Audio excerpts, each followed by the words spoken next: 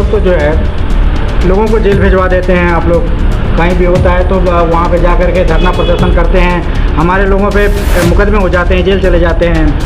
ऐसा हम ही नहीं कह रहे हैं, ऐसा जो है आकाश आनंद जी बोल चुके हैं, मायावती जी भी ऐसी बात बोल चुकी हैं। अच्छा, आकाश आनंद कौन है? अगर बहन जी का और आकाश आनंद का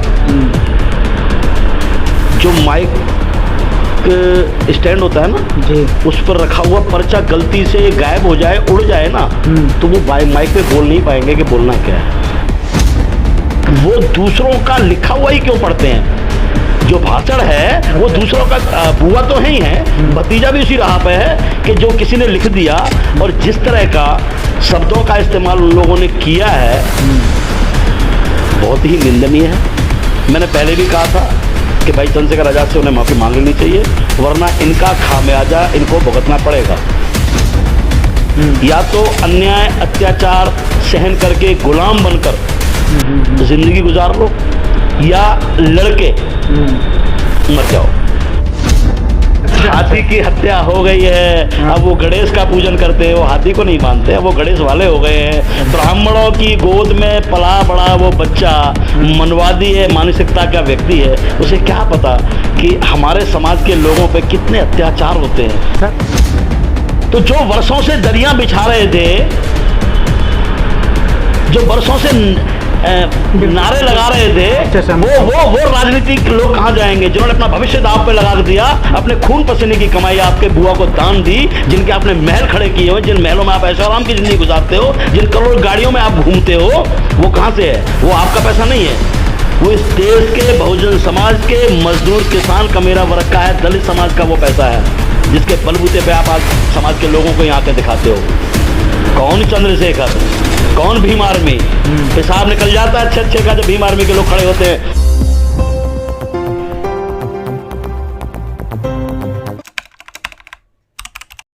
नमस्कार, मैं हूं ओम प्रकाश और आप देख रहे हैं सत्य समाज न्यूज़ नेटवर्क।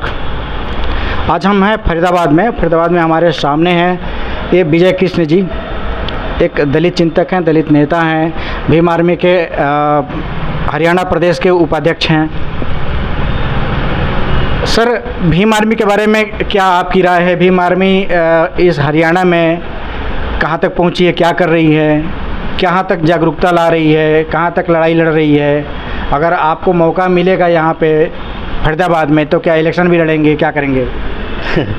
धन्यवाद आपका। भीम आर्मी प्रदेश के अंदर बहुत अच्छा कार्य कर रही है जी। और भीम आर्मी अभी तक जो रहा था कि एट्रोसिटी जहाँ पर भी होती है, दुख तकलीफ़ों में लोगों के जाना जी, उनकी समस्याओं को हल करवाना, पीड़ित को न्याय दिलवाना, अभी तक भीम आर्मी का ही काम रहा है जी। जैसे कि हरियाणा उपाध्यक्ष के साथ साथ मेरे को 4 जिलों का प्रभार भी है, तो वहाँ भी टीम मजबूती से काम कर रही है। और आने वाले चुनावों में भाई चंद्रशेखर आज़ाद जी जिसके राष्ट्रीय अध्यक्ष हैं जी, आज़ाद समाज पार्टी काशीराम हरियाणा के अंदर चुनाव लड़ेंगे। अच्छा, आप लोग तो सर आप लोग तो जो है लोगों को जेल भिजवा देते हैं। आप लोग कहीं भी होता है तो वहाँ पे जा कर के धरना प्रदर्शन करते हैं, हमारे लोगों पे मुकदमे हो जाते हैं, जेल चले जाते हैं। ऐसा हम ही नहीं कह रहे हैं, ऐसा जो है आकाश आनंद जी बोल चुके हैं, मायावती जी भी ऐसी बात बोल चुकी हैं। अच्छा, ये आकाश आनंद कौन है? आकाश आनंद को नहीं जानते आप? नहीं, सुना नहीं, कभी देखा नहीं।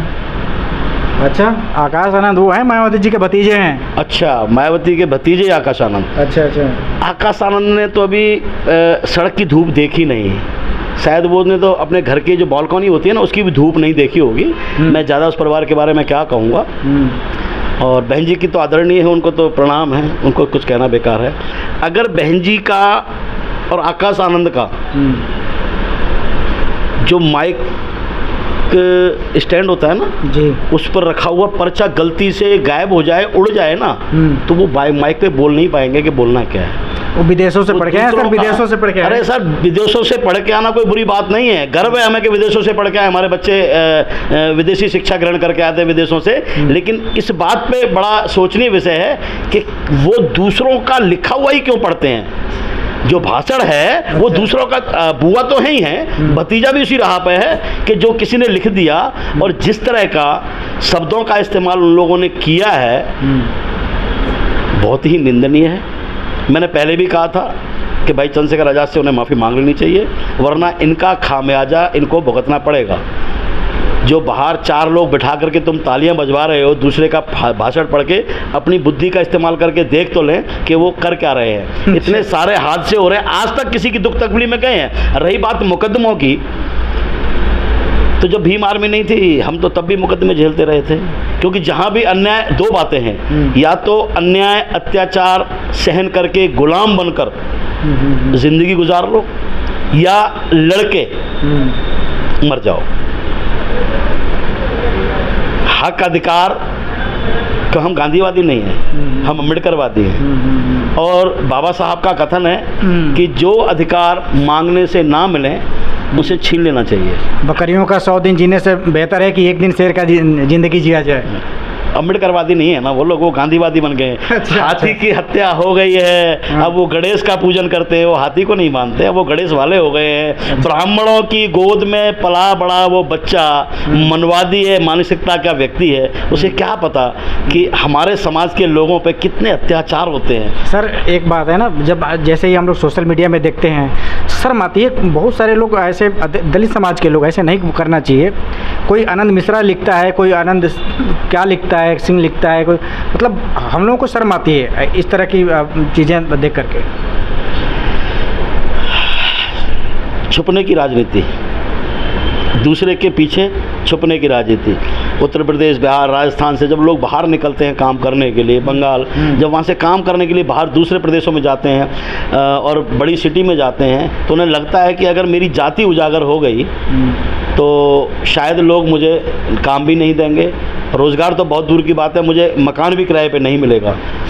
तो शायद इस वजह से इस मानसिकता तक है। लेकिन देखिए, नहीं, मेरा कहने का ये मतलब था कि जैसे कमेंट लोग करते हैं, आकाश आनंद पे हैं तो समाज के ही, लेकिन लोग जो हैं उनको अनर्गल बातें लिखते हैं। जैसे आप सतीश चंद्र मिश्रा हैं, मिश्रा लिख दिए, तो इनको आकाश आनंद के जगह पे आकाश मिश्रा बोलते हैं लोग, तो मतलब ये बुरा लगता है। नो कमेंट्स, मैं उसमें कोई कमेंट्स नहीं करूंगा।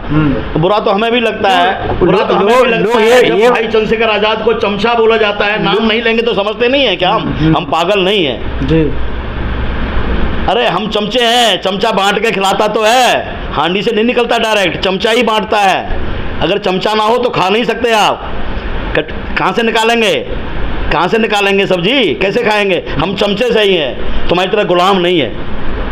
नहीं, चमचा किस आधार पे बोलते हैं वो तो उनको पता होगा।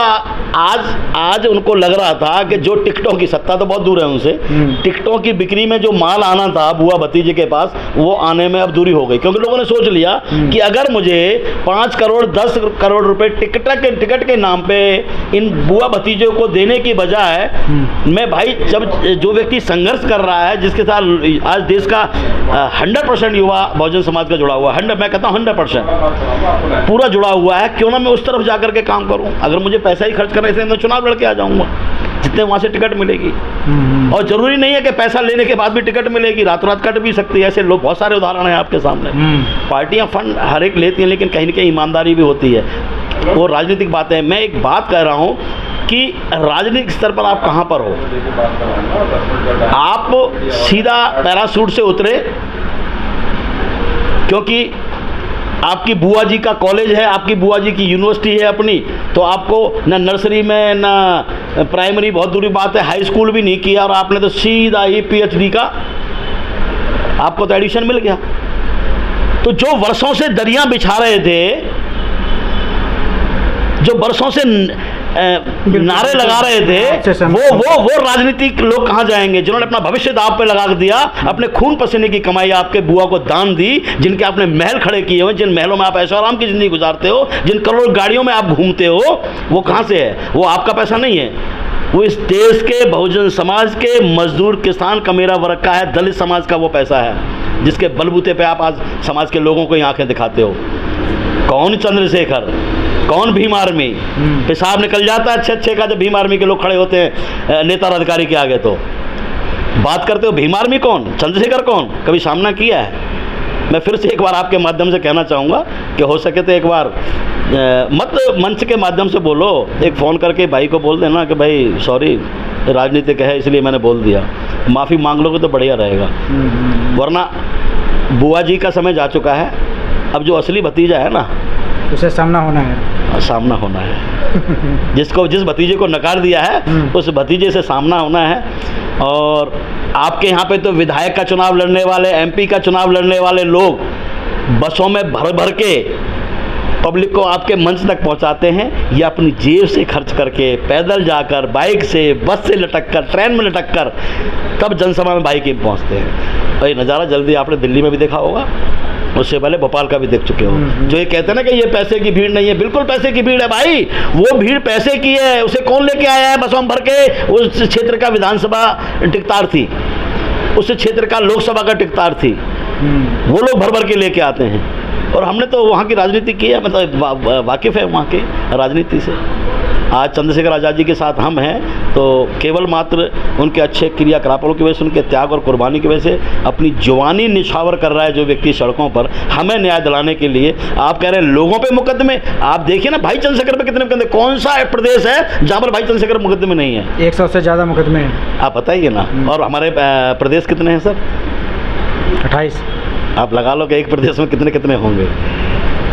हमें तो गर्व है अपने नेता पर। हर प्रदेश में 2, 4, 5 मुकदमे हैं। यस, ये तो मैं भाई चंद्रशेखर बता रहा हूँ, और उनकी टीम हमारे जैसे लोगों पे भी हैं। 10-20 मुकदमे हर जिले में, जिले की टीमों पर, प्रदेश की टीमों पर हैं, लेकिन मुकदमों से नहीं घबरा रहे हैं। हमें पता है जिस दिन सत्ता में आ गए ना योगी जी की तरह, हम भी एक कलम से। सर ये सवाल उठता है, जैसे बीएसपी के लोग कह रहे हैं, आकाश आनंद कह रहे हैं, मायावती जी कह रहे हैं कि ये कहीं जाओ लड़ते हैं, मुकदमे हो जाते हैं, हमारे लोग फंसते हैं। सवाल ये उठता है कि मनोहर कांशीराम ने भी तो आंदोलन किया था, बाबा साहब ने भी तो 14 जो तलाक था उसके लिए आंदोलन किया था, लाठियाँ खाई थी, सड़कों पे उतरे थे।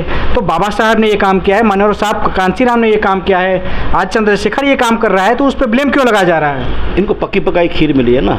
मैंने बताया ना, ब्राह्मणों की गोद में पला बड़ा बच्चा, उसे नहीं मालूम कि जातिवाद का दंश होता क्या है, गरीबी होती क्या है, गुलामी होती क्या है, उसको पता ही कुछ नहीं है। कि विदेशों में पढ़ा है, उसने दर्द झेले ना आकर के लोगों में आए। साहब काशीराम यहीं फरीदाबाद जब आते थे तो पैदल या साइकिल से चल करके आते, लोगों की झुग्गी बस्तियों में जाते थे। ये कहाँ जाते हैं बताएं? आज इनके नेता भी अगर यहाँ पर जिले में भी आएंगे तो पहले ही जिलाध्यक्ष को फ़ोन होगा कि भाई होटल में कमरा बुक कर देना मेरे लिए। मीटिंग्स भी होटल्स में होंगी, और भी 3 स्टार कम से कम, इससे नीचे नहीं होंगी। तो ये सोच की बात है। आने वाला भाई समय जो है भाई चंद्रशेखर आज़ाद जी का है, और मुकदमों की परवाह नहीं करनी है, लड़ेंगे और जीतेंगे। बहुत बहुत धन्यवाद आपका, आपने बहुत ही प्रखरता से अपनी बात रखी है। और समाज को जगाने के लिए लड़ना पड़ेगा, संघर्ष करना ही पड़ेगा, जेल भी जाना पड़ेगा। ये हमारे पूर्वज करते आ रहे हैं और हमें भी करना पड़ेगा। तो आप देख रहे हैं सत्य संवाद न्यूज़, और सत्य संवाद न्यूज़ का काम है आईना दिखाना, लोगों को रास्ते पे लेके आना। बहुत बहुत धन्यवाद। Thank you sir.